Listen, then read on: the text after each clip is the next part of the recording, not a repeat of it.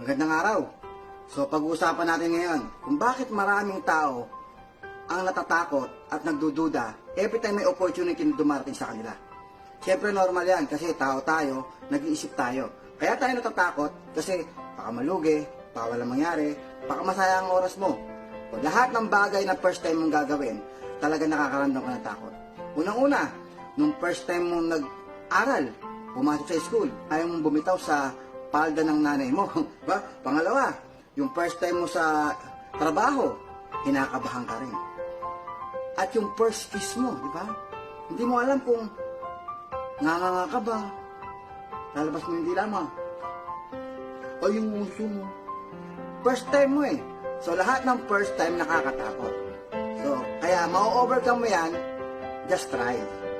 Siyempre, hindi mo pa naman yan inaaral. Ang gawin mo para mawala yung duda mo, kailangan mo siyang aralin. Pag-aralan mo siya.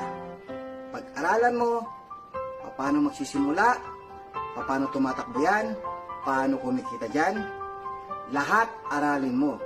Pag naaral mo na yan, mawawala na yung duda mo. Okay? Pag nawala na yung duda mo, pwede mo nang simulan. Okay? At pag sinimula mo yan, sigurado ako sa iyo, kikita ka. Basta ang mindset mo lang, hindi pwedeng hindi kumilos. Lahat ng negosyo kailangan kinikulusan. Lahat ng negosyo, lahat inaaral. Bago ka matanggap sa trabaho, hindi ba nag-aral ka din? Para kumita ka. Ganon din naman pag napasok ka na sa trabaho, mayroon ding aral. Magte-training ka pa dyan. Hindi ka pwede magsimula ka agad nang hindi ka pa tinuturuan. Lahat aral. Okay? So ngayon, kung nakakita ka ng opportunity na gusto mong kumita ng malaki, i-mindset mo lang sarili mo. Kailangan mong aralin. Kailangan mong trabahuin. Pangalawa, kailangan ma-overcome mo yung takot. Isipin mo lang, lahat nagsisimula sa takot. Kailangan matanggal mo yung duda, syempre dapat inaaral. Basta ang bottom line, bago mo gawin lahat yan, syempre nandun yung interest mo. Yung interest mo na kumita ng malaki. Kailangan may goal ka. Kasi pag wala kang goal, baliwala eh. Hindi ka maghahangad na kumita ng malaki kasi wala kang hinahabol. So, kailangan may goal ka. Parang nagbabasketball lang yan. Imagine mo yung nagbabasketball, nagdi-dribble ka. Wala ka namang goal. Ibig sabihin, wala kang ring. Pag wala kang ring, wala kang goal, para saan pa yung dribble mo?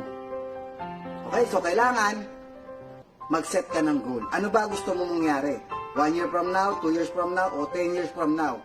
Ano gusto mo mangyari sa buhay mo? Gusto mo ba nung magkaroon ng sariling bahay, sariling sasakyan? Gusto mo makatulong sa pamilya? Kung nasa abroad ka, gusto mo na makauwi, mag-for good, magkaroon ng sarili mong negosyo? Kailangan lahat yan, isip mo na. Ano ang gusto mo? Kailangan alam mo kung ano gusto mo mangyari bago mo pag-interesan na kumita.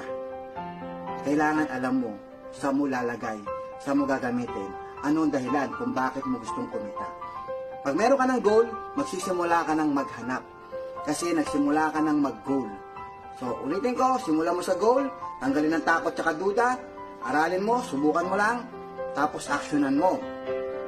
Sigurado ko sa'yo, makukuha mo resulta mo. Okay, yun lang. Maraming salamat. And God bless sa ating lahat. Sana lahat tayo umasenso.